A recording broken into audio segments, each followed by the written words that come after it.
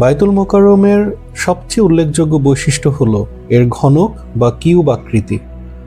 অধিকাংশ মসজিদের মতো এখানে কোনো গম্বুজ নেই, বরং এর নকশা কাবা শরীফের অনুকরণে তৈরি করা হয়েছে, যা ইসলামের মূল কেন্দ্রের প্রতীক।